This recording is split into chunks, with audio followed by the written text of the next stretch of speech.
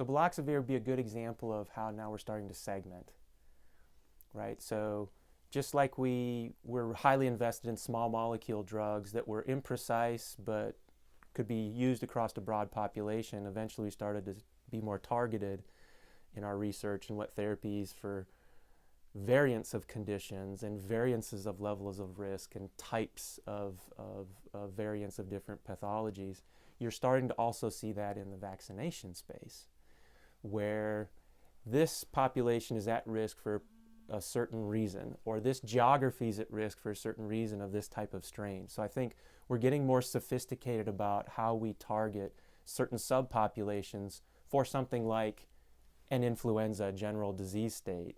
Even though we're attacking that general disease state, there's variance not only in the strains, but also the risks and how you might administer across various types of populations and strata of populations in different geographies. So I think that will be the trend, and I think clinicians keeping up with those trends will be important.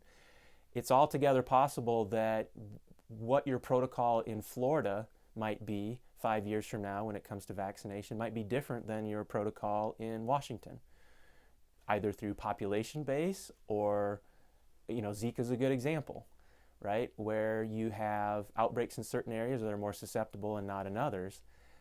And so we need to be thinking about not just general rules as we go forward in time, but what's my practice, who comes into my pharmacy, who is in my county if I'm a public health director, and we may have protocols that are more specific to my patient population. I think that'll be the trend.